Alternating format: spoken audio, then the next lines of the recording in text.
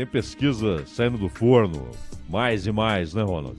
Essa semana teremos outras, tem mais pesquisa amanhã. Aliás, as pesquisas que saíram até agora não refletem o que aconteceu no debate. Isso, né? Importante deixar claro que Esse são pesquisas feitas no período imediatamente anterior ao que as pessoas podem depender do debate. E das duas pesquisas divulgadas, tem talvez um reflexo da entrevista com presidenciáveis na outra semana na TV Globo ou algo do tipo. Né? Então aí você pode tirar algum tipo de conclusão. Mas, por exemplo, a pesquisa IPEC, que foi divulgada hoje pela manhã e depois veio a outra pesquisa CNT, que eu vou falar na sequência, mostra algumas coisas, entre elas que 79% dos eleitores estão decididos. Isso é interessante, é um número interessante que precisa ser levado em consideração, e mostra que 44% das intenções de voto na pesquisa estimulada vão para o candidato do PT, Luiz Inácio Lula da Silva, 32% para Jair Bolsonaro. Isso significa zero movimento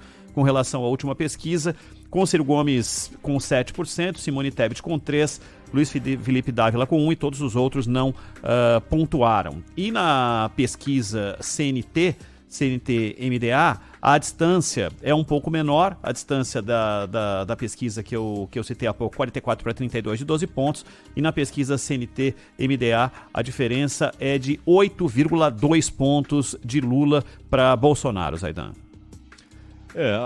As duas pesquisas que você menciona e aquela que eu mencionei ontem foram feitas de sexta a domingo. Isso. As três pesquisas feitas de sexta a domingo. A que eu citei ontem é a da BTG-FSB, que mostra o Lula com uma queda dentro da margem de erros, mas para 43%, o Bolsonaro estacionado em 36% e o Ciro indo para 9%. Né? Essa foi a pesquisa de ontem. Então é bom guardar esses números aqui. Então 43, 36. Se a gente pega essa pesquisa que você citou agora, CNT-MDA, a diferença é de 8,2 pontos. Portanto, uma diferença quase igual à que aparece na outra pesquisa, na pesquisa BTG. Então, o Jair Bolsonaro com 34,1 aparece em segundo lugar e o Lula com 42,3. E essa outra pesquisa que você cita agora, que mostra, vamos ver aqui a diferença. A IPEC, 12 pontos. 12 pontos, a diferença é maior. Aliás, IPEC... Que é idêntica com a anterior, Zaidan, mesmíssimo número.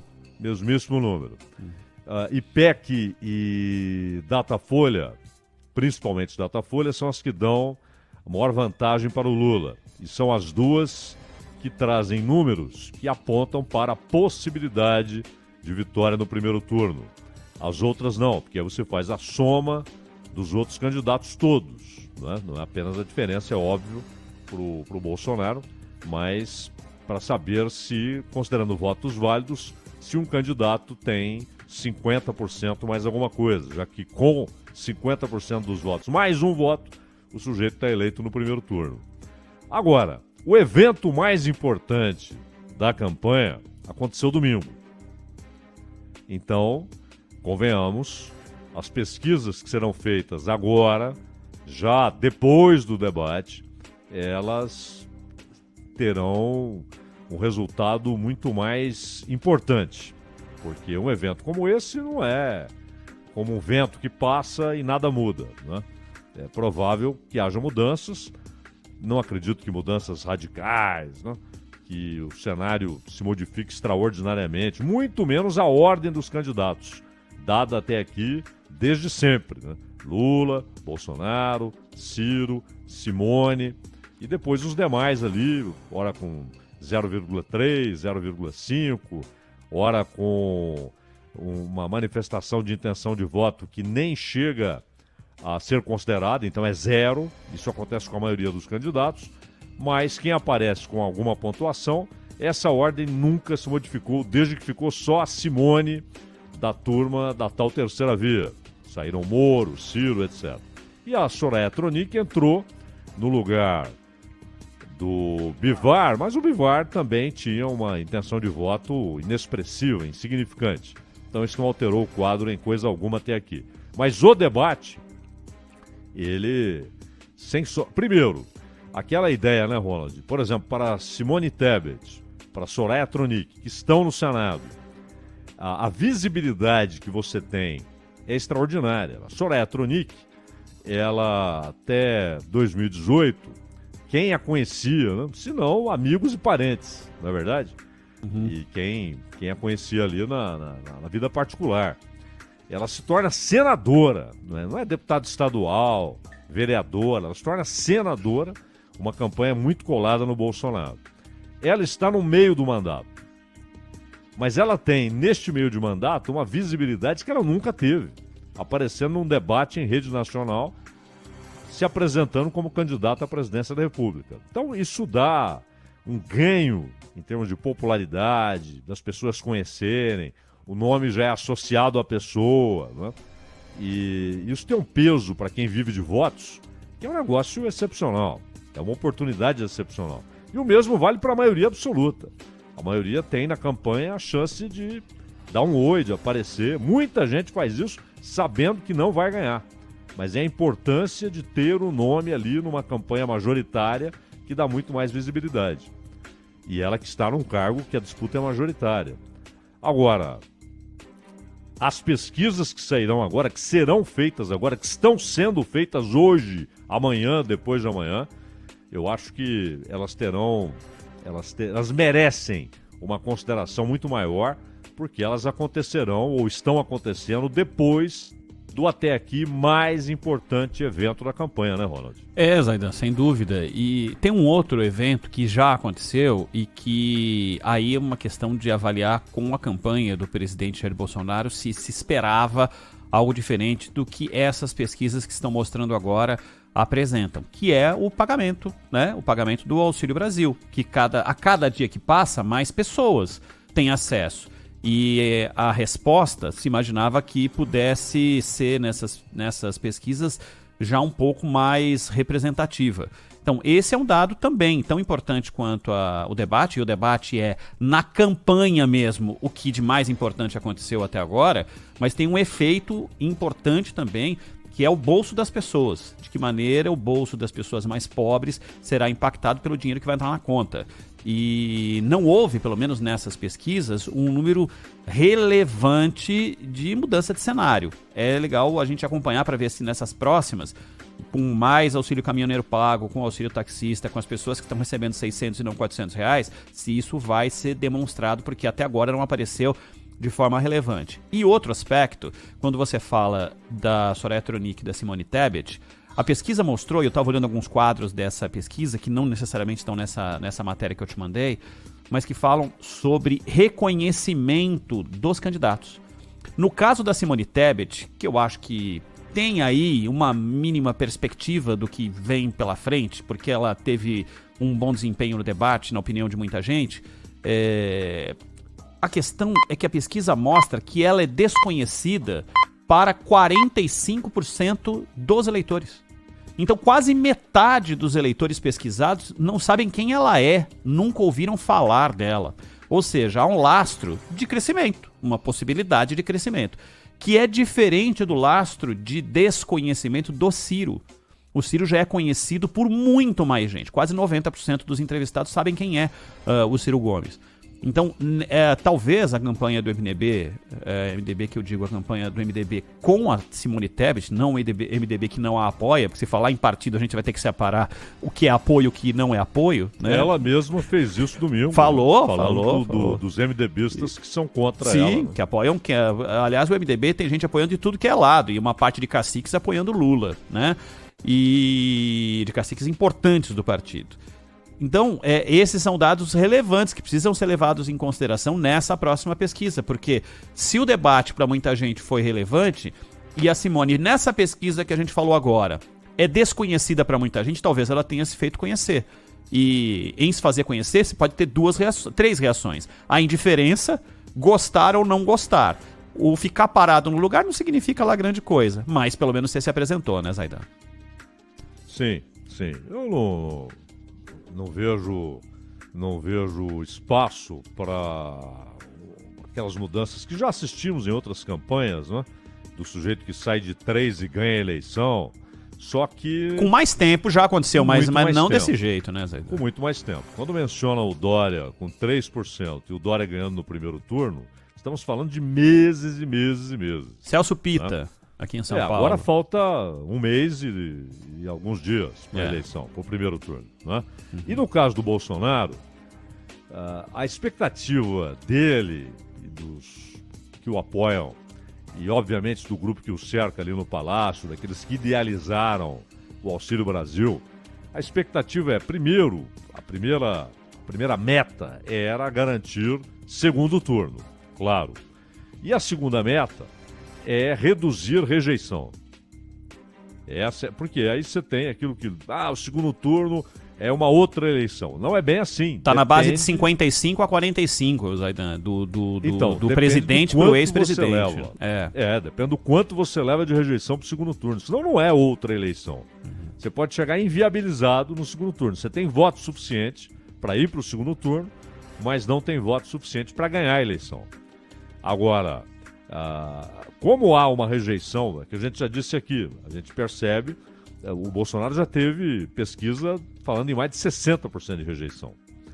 Porque há uma parte da rejeição que ela não é definitiva, imutável. Eu rejeito e não há nada que me fará mudar essa opinião. Uma parte dos que manifestam rejeição em algum momento da campanha, uma parte, pelo menos, muda de ideia, deixa de rejeitar. Porque muitas vezes rejeitou com base na sua própria situação. O bolso vazio, a dificuldade, o desemprego. Se de repente as coisas mudaram, e às vezes nem é por causa do governo, né, mas mudaram, o sujeito com outro humor, com outra visão, já não manifesta rejeição a quem está no poder. Isso é comum. E há aquelas rejeições que são definitivas, são imutáveis, né? O sujeito que rejeita o Lula, em qualquer circunstância, ele não vota no Lula. O sujeito que rejeita o Bolsonaro, em qualquer circunstância, não vota no Bolsonaro. Então a ideia do Bolsonaro, da sua campanha, do seu governo, é diminuir a rejeição.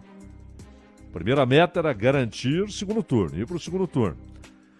Provavelmente irá. Isso também não é fato consumado, mas a possibilidade de haver segundo turno é imensa. E aí, a grande meta é reduzir drasticamente a rejeição naqueles em que ela é móvel, naqueles em que ela não é um sentimento, uma posição definitiva, né, Ronald? Exato, Zaidan. Isso é a grande luta como é que você reverte a opinião dessas pessoas. Como você disse, né, é consolidado até a página 2, né? Até a página 2. A gente está falando, e eu citei aqui, os 79% de pessoas que já definiram o voto. Já foi 75, já foi 74, parece que está aumentando, né? E acho que a tendência é essa, é aumentar com o tempo. Mas um evento pode mudar, esse nível de certeza que a pessoa tem em quem vai votar. Tem uma pergunta aqui, Zaidan, do Fábio Yukio. Ele pergunta se já teve alguma eleição eleição presidencial, em que o ganhador do primeiro turno não ganhou no segundo. Não, né? Porque só houve segundo turno em 89, Collor liderou e ganhou. Teve na eleição de Lula em 2002 contra a Serra, Lula liderou e ganhou. Na reeleição de Lula liderou e ganhou. E Dilma liderou e ganhou as duas, né? As duas que disputou, só com margens bem menores, principalmente a segunda eleição com uma margem bem menor. E o Bolsonaro também, né? Contra o Haddad. Exatamente. Liderou a pesquisa na parte final, ele não era o líder da pesquisa no começo, passou a ser líder da pesquisa e foi eleito no segundo turno também. E ganhar o primeiro turno e perder o segundo, como o Ronald acaba de mencionar, não ocorreu. Não só liderar nas pesquisas, mas ganhar o primeiro turno. E depois tomar uma... Aliás, o que já aconteceu foi o sujeito ter menos votos no segundo turno. Aconteceu com o Alckmin. Verdade. Quando enfrentou o Lula em 2006. Exatamente. Aconteceu em 2006. Mostrou o festival de equívocos da campanha do Alckmin. Exato. Que ele conseguiu perder voto. Uhum.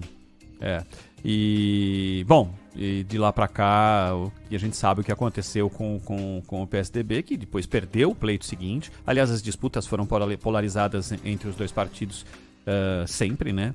Desde de 94, a disputa era entre os dois partidos até o último pleito, e esse específico só encaminhou para o que viria a acontecer na eleição de 18, que foi a grande derrocada do PSDB, com o próprio Alckmin, né, como candidato, que oscilou ali na casa dos 4%, apesar de ser o candidato que mais tinha tempo de propaganda na televisão e no rádio. E agora sem candidato próprio. Exato. O que demonstra exatamente o estágio que o partido acabou alcançando, né? Uma decadência, né? Pelos próprios que pode erros, ser revertida, óbvio. A história mostra que é possível, né? É possível. Isso pode mudar. Depende de quem vai estar lá, né? Com as rédeas na mão. Você, de repente aparece um sujeito popularíssimo. Você tem uma outra geração que vai fazer as coisas de maneira diferente, mas o PSDB foi se perdendo ao longo do tempo e chega agora, depois de um fiasco em 2018, ele chega em 2022 sem candidato próprio. E, claro, vai ter que se decidir o que vai acontecer no caso de segundo turno, que posição vai tomar. A gente vai esperar para ver, porque as decisões tomadas agora apontam para o que é o seu futuro, né? O que pensam para o futuro do Partido dos Tucanos. O Dória havia dito que, ficando Lula e Bolsonaro, que ele, não vou dizer apoia, né, naquela coisa entusiasmada, até porque seria um tanto quanto ridículo, né? Depois do que aconteceu, né? Mas ele disse que preferiria o Lula, né? Só que não é o Dória mais quem dá as cartas dentro do PSDB, né? E não é só o Bruno Araújo. O Bruno Araújo está lá na presidência, mas você tem um grupo ali de caciques, embora pareça um momento de transição, né? Você não tem aqueles que sempre houve dentro do PSDB, os caras, desde Fernando Henrique, Montoro, Mário Covas, o Serra, que eram Richa, que eram os caras que determinavam os rumos. Depois houve mudanças, o Alckmin tem aquela ascensão, o Covas morreu, o Fernando Henrique já entrou naquela idade em que passou a ter uma participação mesmo honorária, né, à distância, dizendo algumas coisas, dando palpites, opiniões, mas sem meter a mão na massa, sem participar de convenções, etc. Até que o Dória imagina cometeu erros terríveis. Pelo próprio, né, Zaidan? Porque quando o Bruno Araújo deixa de ser o cara que comanda a campanha dele, ele dá uma entrevista e dá graças a Deus, né? Que aconteceu, que dele ter saído desse posto, né? Não, e o Dória cometeu erros terríveis, inclusive atitudes muito erradas, como o que ele fez em 2018, 17 para 18, quando tenta ser o candidato do partido, tentando derrubar o Alckmin, que foi o seu padrinho dentro do PSDB, não para filiação, mas para ele se tornar um candidato à Prefeitura de São Paulo. Sem o Alckmin aquilo não teria acontecido, tal era a oposição interna. Tudo isso é verdade, mas que o PSDB pisou na bola com o Dória este ano é indiscutível. O PSDB gastou dinheiro público do fundo partidário, dinheiro do povo, para fazer uma votação. Quando você faz uma prévia e bate no peito, eu sou o único partido que tem esse modelo democrático de escolha, e depois você chuta tudo, joga tudo pela janela, o resultado daquela prévia você joga pela janela, é ridículo. Né? E não é só aqui em São Paulo, né, Zaidan? O que aconteceu no PSDB como um todo, né? Com Eduardo Leite deixando de ser governador, depois afirmando que não seria candidato. Aí depois uma disputa para passar por cima do Dória, mesmo com a prévia. E aí depois ele se candidata no Rio Grande do Sul a uma reeleição para a qual ele não é mais governador, porque ele renunciou ao cargo. Uma completa loucura, né? Ele voltou ao ninho, tanto quanto aborrecido e cabisbaixo, né? Dizendo, minha viagem não deu certo, né? Estou de volta. Que loucura.